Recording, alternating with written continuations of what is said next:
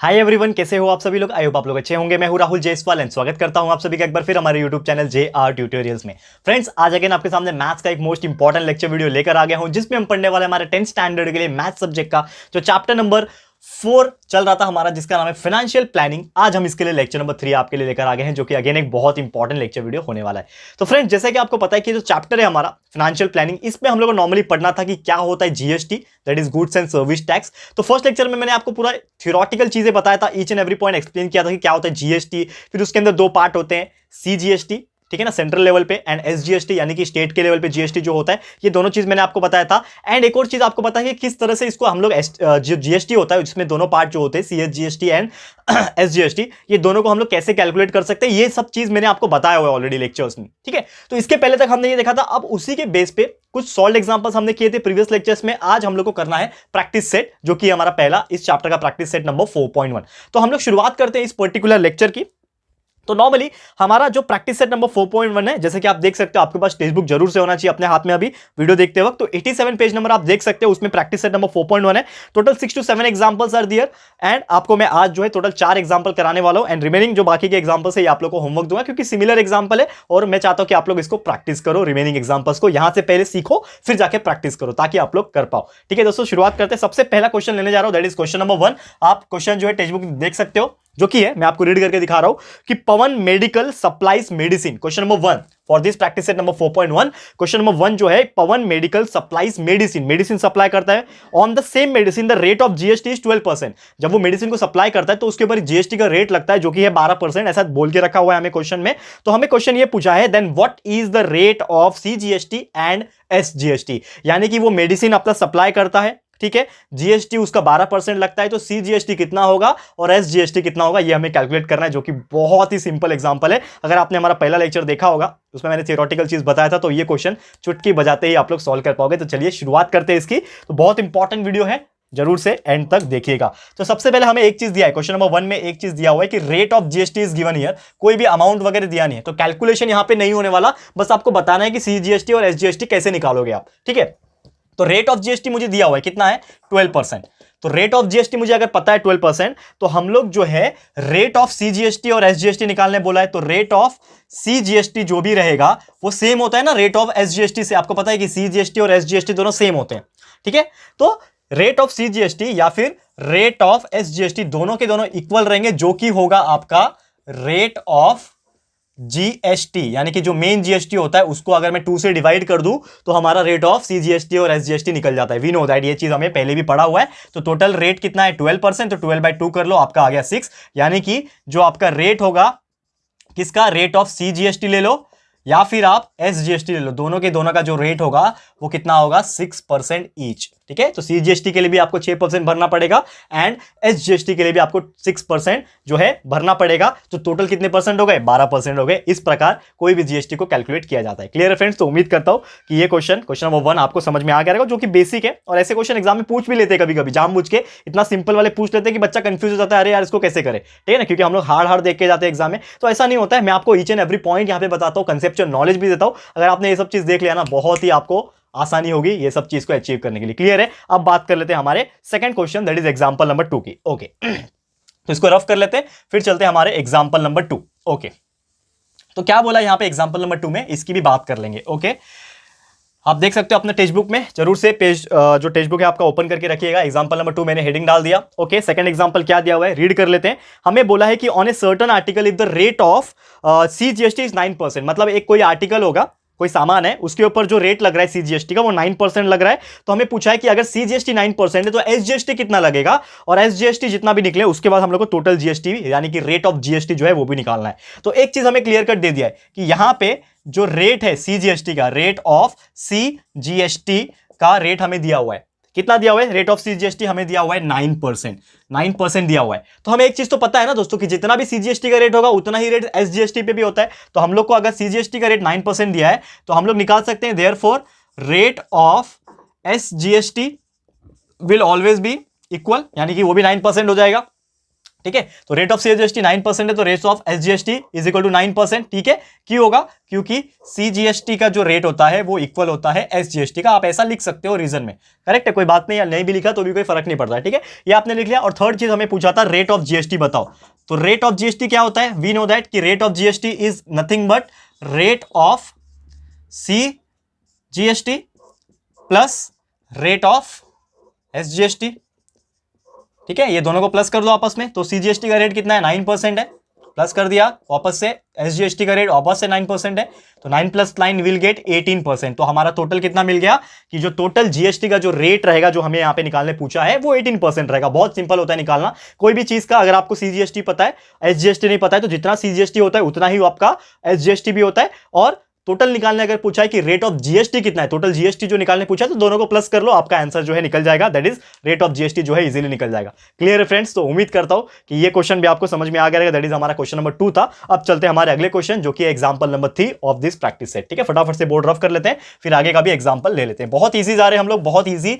ये जो चैप्टर है काफी ईजी है, बस आपको फॉर्मूला और जो कंसेप्ट है वो ध्यान में रखना है। हर चीज आपके लिए आसान हो जाएगी दोस्तों। आप इतने आसानी से इसको सॉल्व कर पाओगे ना कि आप बोल ही नहीं सकते, इतना ईजी है आप इसको सॉल्व कर पाओगे। ठीक है, तो अब मैं बात करता हूं थर्ड एग्जांपल की, एग्जांपल नंबर 3। ओके, तो एग्जांपल नंबर 3 का क्वेश्चन सबसे पहले क्या दिया है इसको रीड कर लेते हैं। तो MS रियल पेंट, कोई कंपनी का नाम है रियल पेंट, उसने 2 tin of lustre paint, lustre paint होता है कोई, तो शाइनी पेंट होता है जिसको हम लोग बोलते हैं, तो उसने 2 डब्बा बेचा, 2 टिन यानी कि 2 डब्बा बेचा होगा। और उसके ऊपर जो टैक्सेबल इनकम जो है, सॉरी टैक्सेबल वैल्यू जो होता है, मतलब जिसके ऊपर टैक्स लगता है, एक वैल्यू होता है, एक प्राइस होता है। ठीक है, जो दाम दिया हुआ है टैक्सेबल वैल्यू का जो प्राइस है वो 2800 रुपए एक डब्बे पे, यानी कि एक डब्बे पे 2800 रुपया उसका टैक्सेबल वैल्यू है, फिर उसके ऊपर टैक्स अलग लगेगा। ठीक है, तो 2800 रुपया एक डब्बे पे। तो हमें क्वेश्चन ये पूछा है कि अगर GST का रेट यहां पे 28% है, होता है ना बहुत सारे आइटम्स का रेट 28% होता है, तो अगर यहां पे जो रेट दिया हुआ है GST का 28% है, तो हमें पूछा है कि कितना लगेगा CGST और कितना लगेगा इस पे SGST, वो आपको निकालना है। मतलब दोनों चीज आपको कैलकुलेट करना है।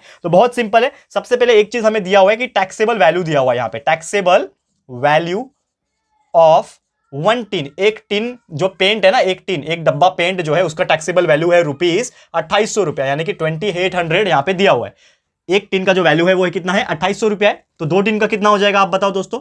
बहुत इजी है, 2 टिन का कितना हो जाएगा? 2 मल्टीप्लाई बाय 2800 रुपया। ठीक है, तो कितना हो जाएगा टोटल? 28 टू 56, यानी कि 5600 रुपीज मिल गया 2 डब्बे के लिए। ठीक है ना, 2 डब्बे का 5600 रुपया हो गया।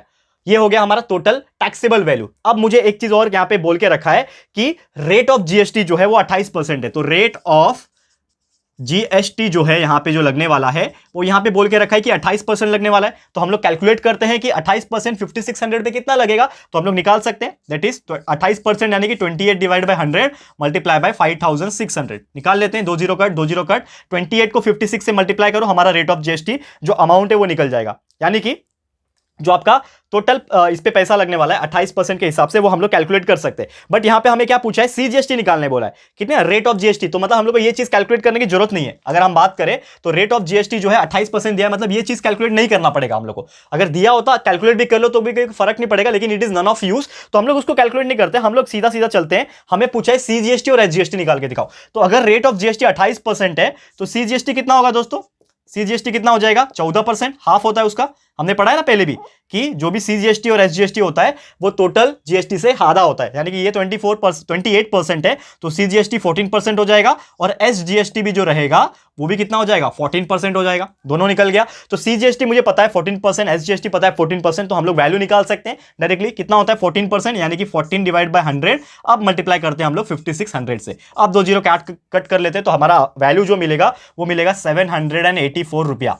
तो हमारा ये किसका वैल्यू आया? CGST का आया। तो CGST ले लो चाहे SGST ले लो, दोनों का जो वैल्यू है वो सेम होगा। तो हम लोग बोल सकते हैं कि CGST is equal to SGST, जो कि हमारा कितना आ रहा है? इज इक्वल टू आ रहा है 784 रुपीज। ठीक है, तो दोनों का दोनों CGST भी आ गया और SGST दोनों के दोनों सेम आ रहे हैं हमारे 784 रुपीज। आप अलग अलग भी दिखा सकते हो, CGST 784 अगेन नीचे SGST 784 रुपीज, ऐसा दिखा सकते हो। और यही था हमारा answer for this particular question. और कितना सिंपल तरीके से हम लोग ने इसको सॉल्व किया, जैसे कि आप देख सकते हो। बहुत ईजी होता है फाइनेंशियल प्लानिंग, जैसा मैंने बोला चैप्टर बहुत ईजी है, बहुत ईजी क्वेश्चन पूछते हैं। आपको बस पता होना चाहिए कैलकुलेट कैसे किया जाता है और कैसे परसेंटेज के हेल्प से हम लोग निकाल सकते हैं हमारा एक्चुअल अमाउंट। तो CGST और SGST का जो अमाउंट हमें निकालने बोला था वो हमने कैलकुलेट कर लिया, जो कि आ रहा है 784 रुपीज। उम्मीद करता हूं कि ये क्वेश्चन भी आपको समझ में आ गया रहेगा। एंड अब बात करते हैं चौथे क्वेश्चन, जो कि आज के लिए हमारा आखिरी क्वेश्चन होगा जो कि मैं आपको कराने वाला हूं और बाकी के एग्जांपल्स में होमवर्क देने वाला हूं। ठीक है, तो एक और एग्जांपल करा देता हूं आप लोग के लिए ताकि आप लोग अच्छे से प्रैक्टिस कर लो और देख के आपको समझ में आ जाए। तो फोर्थ एग्जांपल लेंगे, उसके पहले बोर्ड को रफ कर लेते हैं, फिर फटाफट से आपको चौथा एग्जांपल भी करा देता हूं। ओके, तो ध्यान से देखिएगा, फोर्थ एग्जांपल भी बहुत ज्यादा इंपॉर्टेंट है, थोड़ा सा डिफरेंट है, बट नॉर्मली जैसा आपको पता ही है कि हर टाइप के एग्जांपल्स कुछ ना कुछ सिमिलर ही होते हैं एंड बहुत ही ईजी होते हैं ये पर्टिकुलर चैप्टर के, जैसा मैंने ऑलरेडी आपको बताया हुआ है। ठीक है, तो आपको बस चिंता करने की बात नहीं। आप देखो ये फोर्थ एग्जांपल किस तरह है, इसको कैसे सॉल्व करते हैं, तो फटाफट से ले लेते हैं। दैट इज हमारा फोर्थ एग्जांपल आज के लिए। तो फोर्थ एग्जांपल क्या दिया है, सबसे पहले मैं आपको क्वेश्चन रीड करके दिखाऊं तो it is given here the taxable value of A wrist watch. आपका घड़ी होता है ना, हाथ पे पहनने वाला जो घड़ी होता है, रिस्ट वॉच बोलते हैं, तो उसका जो प्राइस होता है यानी कि टैक्सेबल वैल्यू जो होता है, प्राइस होता है, वो दिया हुआ है 586 रुपीज। रेट ऑफ जीएसटी 18% लगने वाला है उसके ऊपर। तो हमें पूछा है कि what is the price for the belt for the customer, यानी कि जो कस्टमर होगा उसको कितना पैसा भरना पड़ा होगा उस घड़ी के लिए। तो घड़ी के लिए जो प्राइस था, जो टैक्सेबल वैल्यू था, वो 586 रुपीज था, लेकिन शॉपकीपर जो होगा वो 586 में नहीं देगा, वो अपना जीएसटी इंक्लूड करके बेचेगा ना। तो 586 तो रहेगा, लेकिन उसके साथ प्लस होगा क्या, जीएसटी, जो कि दिया हुआ है 18%। तो कितना जीएसटी लगने वाला है वो ऐड कर देंगे और आपका आंसर आ जाएगा। बहुत सिंपल है, इसको हम लोग सॉल्व करने की कोशिश करते हैं। तो क्या दिया हुआ है, सबसे पहले आप देखोगे तो टैक्सेबल वैल्यू हमें देके रखा है। तो taxable value of wrist watch, value of wrist watch हमें देके रखा है। कितना देके रखा हुआ है, कितना है हम लोग का टैक्सेबल वैल्यू 586 रुपया, 586 रुपीज, ये हमारा टैक्सेबल वैल्यू है। लेकिन जो शॉपकीपर होगा वो अपना 18% जीएसटी लगाएगा उसके ऊपर।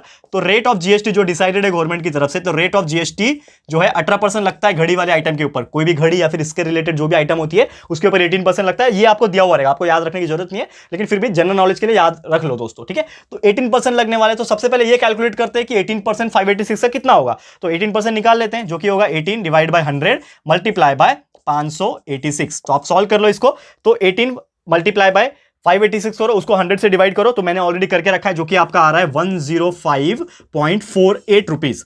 मतलब 105 रुपया 48 पैसा जो है वो इसका जीएसटी अमाउंट रहेगा। मतलब 18% के हिसाब से 105 रुपया 48 पैसा जीएसटी अमाउंट रहेगा। तो टोटल जो शॉपकीपर रहेगा वो कितना चार्ज लेगा कस्टमर से, तो कस्टमर को कितना भरना पड़ेगा। तो हम लोग बोल सकते हैं, क्योंकि क्वेश्चन यही पूछा है ना हमें कि यहां पे कितना प्राइस कस्टमर को भरना पड़ेगा। तो टोटल प्राइस हम लोग बोल सकते हैं, total price of watch, total price of watch paid by customer, paid by customer, यानी कि कस्टमर को टोटल प्राइस घड़ी का कितना देना पड़ेगा दुकानदार को। तो उसके लिए क्या करना पड़ेगा, हमारा जो टैक्सेबल वैल्यू था यानी कि कितना 586 रुपया, इतना टैक्सेबल वैल्यू था, और साथ में जीएसटी लगा 18%, कितना लगा 105 रुपया, यानी कि प्लस कर दो 105.48 रुपीज को। आपका फाइनल जो आंसर आएगा वही आपका रहेगा, दैट इज 691.48। तो 691 रुपया 48 पैसा, 691 रुपीज 48 पैसे इज योर आंसर। यानी कि जो आदमी रहेगा जिसने वो घड़ी खरीदी, उसने वो दुकानदार को कितना दिया, 691.48 रुपीज दिया। क्यों, क्योंकि उसके ऊपर उसको जीएसटी भी लगा। क्लियर है दोस्तों।